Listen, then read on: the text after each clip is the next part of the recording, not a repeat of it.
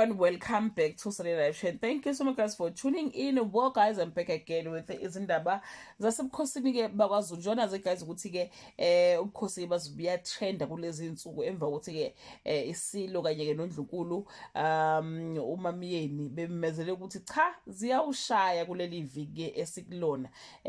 So ke guys ngolesihlanu ikade ke isilo siyokhehla ke uNdlunkulu ke umamiyeni ya kuphithene kahle kuphithene emndenini, kuphithene ke esizweni. Isiko noma ke izinto besijwayele ukuyibona ziphambene ke manje kakhulu.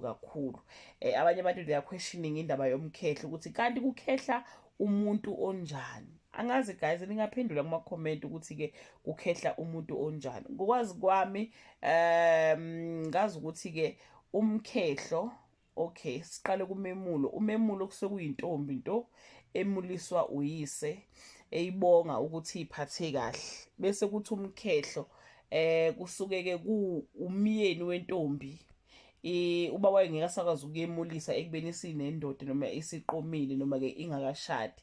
So in this case people are questioning indaba ukuthi ke uNdlunkulu wesilo unezingane. So ke isilo semkhehla kanjani ke umuntu ke onezingane. Ngiyacabanga ukuthi ke abazi bamasiko bangasichazela ukuthi ke kwenzakalani kahle ngesiko lona leli ke lokukhehla kanye ke nesiko lokwemuliswa kwamantombazane ukuthi kumuliswa umuntu onjani, kukhehla umuntu onjani. I think they can give us the clarity so that we can understand and bese kuthula wonke ke lo msindo ke okhona.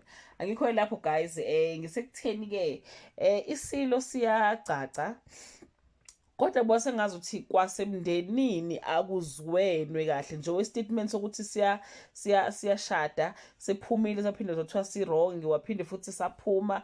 Abanye bathi bona bebengazi ukuthi isilo siyashada, abanye bathi abatshelwanga. But ke ongizwisa kakhulu ubhlungu okokuzwa izingane azala naso esiswini sika mama wakhe zisho the very same thing ukuthi ke zona bezingazi ukuthi ke umfowabo ke uyashada futhi ke azimenywanga njengoba ke ngajwayele nje ukumenywa ezintweni ke eziningi ke esuke ke zenzeka. Kanti ngizokhumbula ukuthi ke isilo sike saxabana nodade wabo ke ubuhle bemvelo last time bazi bathukana kwaphuma ke izinhlamba. I mean ubukhosi bemvelo bazi baxabana kwathuka izinhlamba kwakuthi ngele umndeni kwathiwa ke abaxolelane. Kwawukuthi ke ngathi ke baxolelene ke phambi kwamehlo ke abantu, kodwa bose ngazi ukuthi ke ingxabano yabo ke ayikalungi nezi kahle. Kubhaleke namhlanje ekseni ngibona iphepha laphayana ke Sunday World ibhalile ke iSunday World iveza ke ukuthi ubukhosi bemvelo ukhulume nalo leli phepha waveza ukuthi ke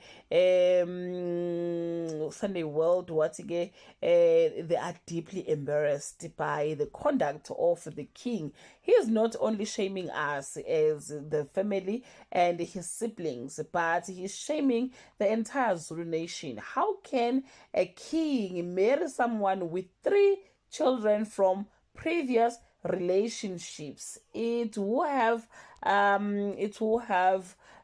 been better if they had a private dated, not to marry her and defy centuries old tradition that king only marry virgins. This is just embarrassing.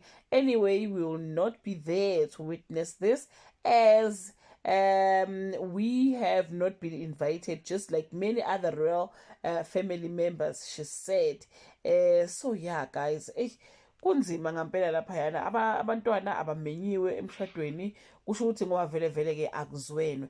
And ke sibonile guys ukuthi ke noNdlunkulu kaMayisela akabonakali nangokha kule micimbi ke eyenzeka ke eNdlunkulu nangomkhosi womhlanga futhi wayengekho. Ngizokhumbula ukuthi ke naye wavula ke icala noma ke wabhala incwadi washo ukuthi sikwazi ukushada ke sisahlangene naye ngokomshado ngoba bekade beshade umshado ongavumeli ukuthi kube khona omunye unkosikazi ozongena ke emva kwakhe ke. So I don't know ukuthi ke kwagcina ke kwenzekeni, kodwa nje guys kubuka sengazi ukuthi ke kuphithene isilo sethu bakithi engathi asizweni nomndeni nabafowabo siphinde singazwani futhi nezingane ke zakwabo.